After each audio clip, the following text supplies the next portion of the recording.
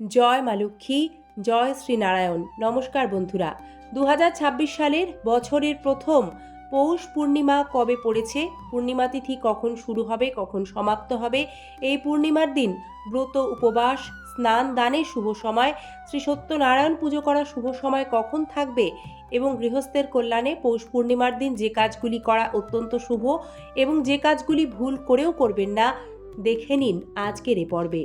সিংহরায় ডোরবেলে সনাতনী বার্তার নতুন আরও একটি পর্বে সকল দর্শক বন্ধুকে স্বাগত জানিয়ে আমরা সরাসরি আজকের আলোচনার মূল পর্বে প্রবেশ করছি। সনাতন ধর্মে প্রত্যেক দিনের নিজস্ব অনন্য আধ্যাত্মিক তাৎপর্য রয়েছে, তবে পূর্ণিমা তিথিকে বিশেষভাবে শুভ এবং পুণ্যময় বলে মনে করা হয়। পূর্ণিমা তিথি ভগবান বিষ্ণু, চন্দ্রদেব ও মা লক্ষ্মীর উদ্দেশ্যে মূলত সমর্পিত। এই পবিত্র তিথিগুলির মধ্যেও পৌষ মাসের পূর্ণিমা, যা পৌষ পূর্ণিমা বা শাকম্ভরী পূর্ণিমা নামে পরিচিত, এই দিনটি বিশ্বাস, ভক্তি এবং সেবার এক অনন্য সঙ্গমকে প্রতিনিধিত্ব করে। এই উৎসব কেবল ধর্মীয় বিশ্বাসের সাথেই জড়িত নয়, বরং পৌষ পূর্ণিমার দিনটি আত্মশুদ্ধি, দান এবং জনকল্যাণের শুভ বার্তাও বহন করে। হিন্দু পঞ্জিকা অনুসারে পৌষ মাসে শুক্লপক্ষের পূর্ণিমা তিথিতে পৌষ পূর্ণিমা পালিত হয়। এই দিনে চাঁদ আকাশে তার পূর্ণ মহিমায় এবং সৌন্দর্যে আলোকিত হয়। শাস্ত্রে বলা হয়েছে যে পৌষ পূর্ণিমার দিনে সঠিক নিয়মে এবং সঠিক সময়ে স্নান, দান এবং জপের উপকারিতা বহুগুণ বৃদ্ধি পায়। ধর্মীয় বিশ্বাস অনুসারে পৌষ পূর্ণিমার দিনে গঙ্গা, যমুনা এবং নর্মদার মতো পবিত্র নদীতে স্নান করলে পূর্বজন্মের পাপ মুছে যায়, মন পবিত্র হয়, আত্মশুদ্ধি ঘটে। যে ব্যক্তি এই দিন এই পবিত্র নদীতে স্নান করতে পারছেন না কোনো বিশেষ কারণে, তারা স্নানের জলে গঙ্গা জল মিশিয়ে বাড়িতে স্নান করতে পারেন, পুণ্য ফল অর্জন করবেন। জেনে নেওয়া যাক 2026 সালে বছরের প্রথম পৌষ পূর্ণিমা কবে পড়েছে। এবছর পৌষ পূর্ণিমা ইংরাজির 3রা জানুয়ারি, বাংলার 18ই পৌষ শনিবার পালিত হবে। পূর্ণিমা তিথি শুরু হবে ইংরাজি 2রা জানুয়ারি 2026 সন্ধ্যা 6:53 থেকে। পূর্ণিমা তিথি শেষ হবে 3রা জানুয়ারি 2026 বিকেল 3:32। যেহেতু হিন্দু সনাতন ধর্মে সূর্যোদয়ের সাথে উদয়া তিথি ধরে যে কোনো শুভ দিন নির্বাচন করা হয়, সে কারণেই 3রা জানুয়ারি পৌষ পূর্ণিমা তিথি পালন করা হবে। দর্শক বন্ধুরা, পৌষ পূর্ণিমার দিন গঙ্গা স্নান ও দানের সময় থাকবে ইংরাজি 3রা জানুয়ারি, বাংলা 18ই পৌষ শনিবার সূর্যোদয় থেকে বিকেল 3:32 পর্যন্ত।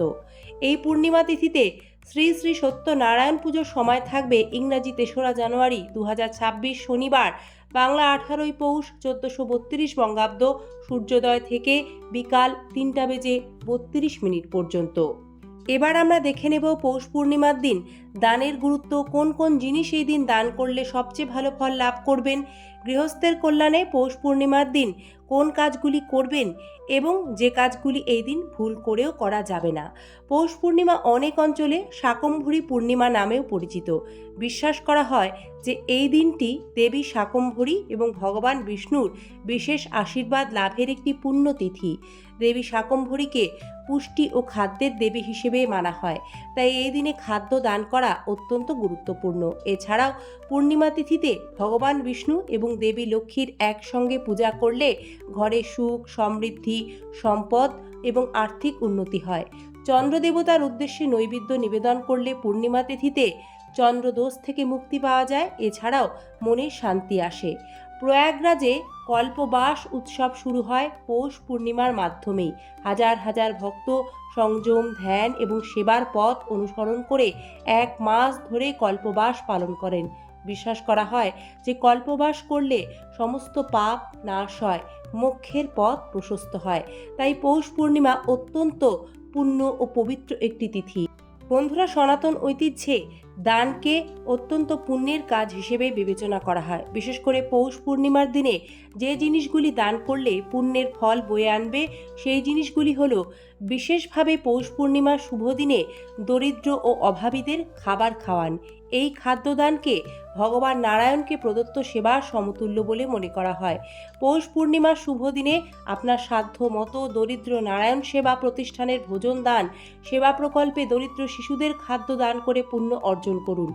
এছাড়াও পৌষ পূর্ণিমায় অভাবী দুস্থ ব্যক্তিদের কালো তিল, শীতবস্ত্র, কম্বল, খাবার, অর্থ দান করুন, পুণ্য ফল অর্জন করবেন। চন্দ্রদেবের উদ্দেশ্যে এই দিন সাদা রঙের জিনিস, বিশেষ করে সাদা চাল, দুধ, চিনি, সাদা বস্ত্র, রূপো ইত্যাদি দান করুন। এতে জন্মছকে চন্দ্রের দোষ থাকলে সেটি খণ্ডন হবে, অশান্ত মন শান্ত হবে। এই পূর্ণিমা তিথিতে উপবাস বিশেষভাবে গুরুত্বপূর্ণ। এই দিন অবশ্যই সূর্যদেব ও নারায়ণ দেবের পুজো করা অত্যন্ত শুভ।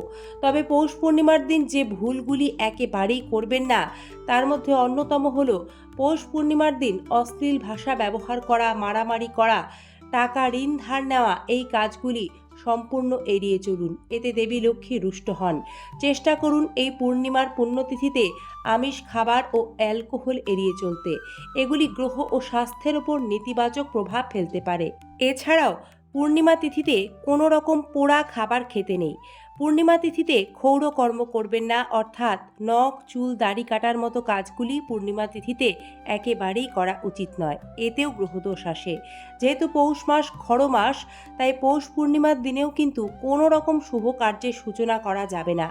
যেমন বিয়ে, পাকা দেখা, অন্নপ্রাশন, গৃহপ্রবেশের মতো শুভ কাজ করা থেকে পৌষ পূর্ণিমার দিনেও বিরত থাকতে হবে। মা লক্ষ্মীর আশীর্বাদে সকলের সংসার ধনধান্যে পরিপূর্ণ থাকুক, অর্থসুখ সম্পদে পরিপূর্ণ হয়ে উঠুক আপনাদের সোনার সংসারটি। আজকের পর্বটি এটুকুই। এই পর্বটি সকলের কাছে পৌঁছে দিন, যাতে সকলেই পৌষ পূর্ণিমা সম্পর্কিত সঠিক সময়সূচি ও নিয়মগুলি গৃহস্থের কল্যাণে জেনে পালন করে উপকৃত হতে পারে। আপনাদের ধন্যবাদ পর্বটি সম্পূর্ণ দেখার জন্য। নিয়মিত এই ধরনের ভিডিও দেখতে আমাদের সাথে থাকবেন। ভালো থাকবেন। মা লক্ষ্মী সকলের মঙ্গল করুন।